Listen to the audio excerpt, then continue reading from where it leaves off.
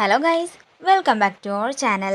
പ്രിയദർശൻ സംവിധാനം ചെയ്ത് 2004 പുറത്തിറങ്ങിയ ദിലീപ് ചിത്രമാണ് വെട്ടം. ആദ്യ അവസാനം വരെ പ്രേക്ഷകർ ചിരിച്ചാസ്വദിച്ച വെട്ടം സിനിമയിൽ നായികയായി എത്തിയത് മുംബൈക്കാരിയായ ഭാവ്ന പാനിയാണ്. തീപ്പെട്ടിക്കുള്ളി എന്ന് വിളിച്ച് ദിലീപ് പരിചയപ്പെടുത്തിയ നായിക പിന്നീട് മലയാളത്തിൽ നായികയായി അഭിനയിച്ചില്ലെങ്കിലും മലയാളികൾ മറന്നിട്ടില്ല.